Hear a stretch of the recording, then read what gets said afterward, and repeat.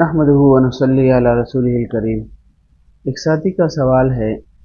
کہ مقتدی امام کے پیچھے سو جائے اور اس سے کوئی رکعت یا رکوع سجدہ یا قاعدہ رہ جائے یا امام سلام پھیر دے تو نماز کا کیا حکم ہے؟ الجواب حامداً و مسلیا اما بعد۔ مسئلہ یہ واضح رہے کہ اگر مقتدی کے سونے کی وجہ سے اس کا کوئی رکن امام کے ساتھ ادا کرنے سے رہ جائے یا اس کی کوئی رکعت نکل جائے اور نیند سے بیدار ہونے کے بعد وہ اس رکن یا رکعت یعنی تمام ارکان سمیت اس کو ادا کر لے تو اس کی نماز ادا ہو جائے گی۔ اسی طرح یہ بھی ہے کہ اگر نمازی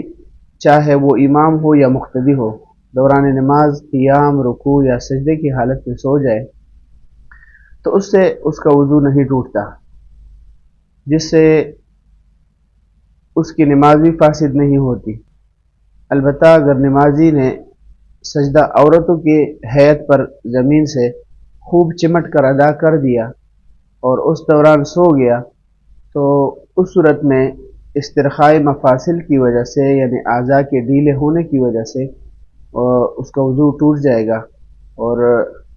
نماز بھی فاسد ہو جائے گی، لہذا اس نماز کا اعادہ کرنا لازم ہے۔ جیسے کہ رد المختار کے اندر لکھا ہے جلد نمبر 1 صفحہ نمبر 470 پہ، وَيَنْقُضُهُ حُكْمًا نَوْمٌ يَزِيلُ مَسْكَتُهُ وَإِلَّا يَزِلُ مَسْكَتُهُ لَا يَزِلُ مَسْكَتُهُ لَا يَنْقُضُ وَإِنْ تَعَمَّدَهُ فِي الصَّلَاةِ أَوْ غَيْرِهَا عَلَى الْمُخْتَارِ كَالنَّوْمِ قَاعِدًا وَسَاجِدًا عَلَى الْهَيْئَةِ الْمَسْنُونَةِ وَلَوْ فِي غَيْرِ الصَّلَاةِ۔ تو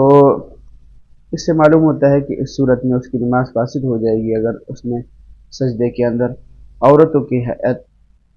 کی حیت پر سو کر اور اس نے سجدہ ادا کر دیا تو اس کی نماز اور اس میں سو گیا تو نماز فاسد ہو جائے گی۔ وما علینا الا البلاغ۔